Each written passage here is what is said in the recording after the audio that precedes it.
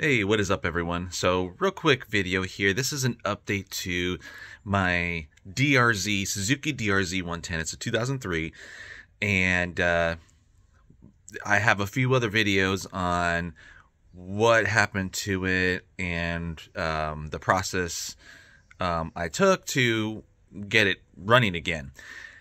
So, I had a kind of an issue as you would, I guess, decelerate or coast or whatever you want to call it, because this is a centrifugal clutch. When you come down, you can't pull the clutch, you can't pull a manual clutch in. So as you're coasting down or decelerating, you can kind of hear this weird noise. Now, it still does make that noise, but I took it for kind of its maiden voyage out this last desert trip. So we were out in the desert for a week, and I kind of putted it around myself, but I was pushing my youngest son. He's 8. He's a little apprehensive to get on the bikes compared to my oldest, which is turning 11. And I wanted my youngest to get on a bigger bike because he's riding the little 50 around. Now, granted, the 50, he's got an 88 kit, yada yada.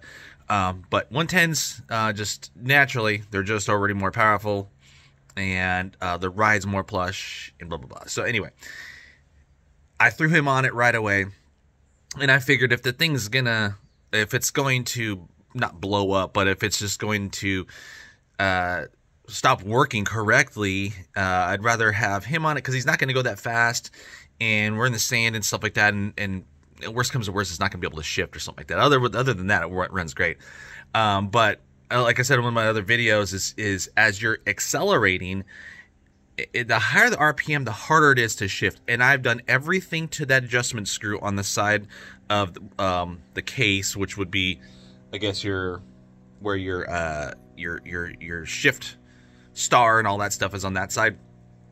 So I've tried all those adjustments and nothing's working. So I'm starting to think that when my wife crashed it back in 2003, she broke off, the shift shaft sheared right off at the case. I'm thinking something happened with the shift drum and or the forks.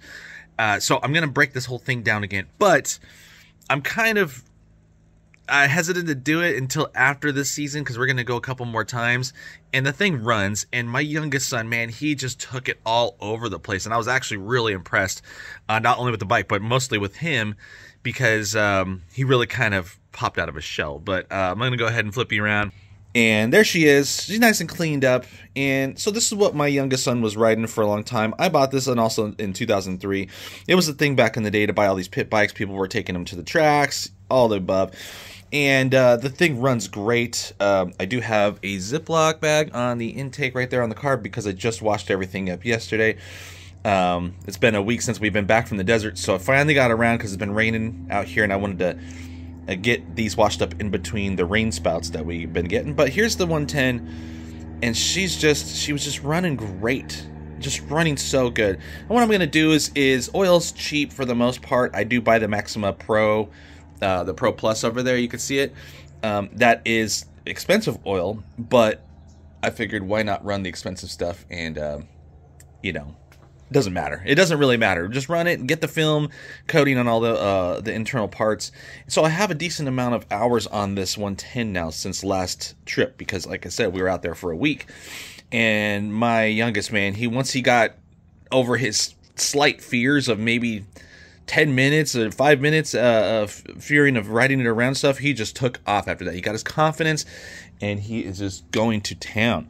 So, like I was saying, I've made all the adjustments to this screw right here, and that's kind of like where your shift tension is, I guess. I forget the nomenclatures of those parts, but everybody knows that's your kind of your shift adjustment. And also when you kickstart, right now I have it loosened up because I thought that's what it was. So now when you go to kickstart it, it kind of does that. You're pushing down on the Kickstarter and it doesn't do anything, it slips. That's because of that adjustment as well. So I'm going to tighten that thing back up and just run it. Now, in the off season, what I'm going to do is I'm going to tear this thing apart. I don't think I'm going to do an electric start, and I think you can convert this because it does have, if you see back right there, that is a electric starter mount right here. And I think if I get the different plate cover for out here, I can engage the flywheel, but I will have to get a different flywheel. So will it be cost effective? I'm not sure. I'll just keep it as a kickstart probably and not do anything to it. This is eventually just going to be my little bike to put around, because my youngest is going to he's going to upgrade after the season. I'm going to get him on that 65. It's a lot more power than this 110, and you have a manual clutch, but he needs to start getting used to that stuff. But anyway, this is going to be my little camp bike to put around camp and just have a little fun. And then I'm probably going to get my wife a brand spanking new one. Then we could stop bringing the quad, because the quad is just out of control, too big, and doesn't get ridden enough in my opinion. So anyway, guys, it's running, but once I break it down, I will do an update like 4. I guess this would be like update 3.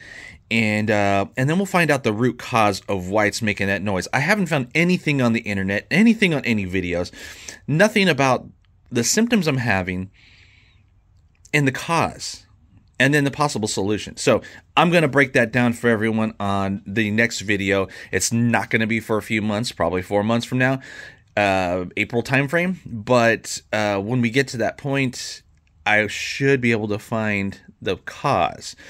And that's going to involve taking the whole cylinder, the head, the cylinder, piston, everything's coming out, because I have to crack both sides open. And then you have to get to the transmission, which is on this side, and it could be a mess. And when I'm in there, of course, I'm going to replace bearings and all that good stuff, because why not? I'm already in there, and let's get some good high quality bearings in there. Not saying that Suzuki put some cheap bearings in there, but there was some damage, and things get tweaked, metal shavings break off, they get lodged in places, and that could be one of the causes. I'm not sure, but we'll find out what's going on. So thanks for watching, guys. Not really too exciting of an update, but it works, and these things are pretty resilient. So don't be afraid. If you find yourself a good deal online and it's just not working, get yourself a manual and dive into these things. They're not hard to work on. If you got a little bit of backyard mechanic skills,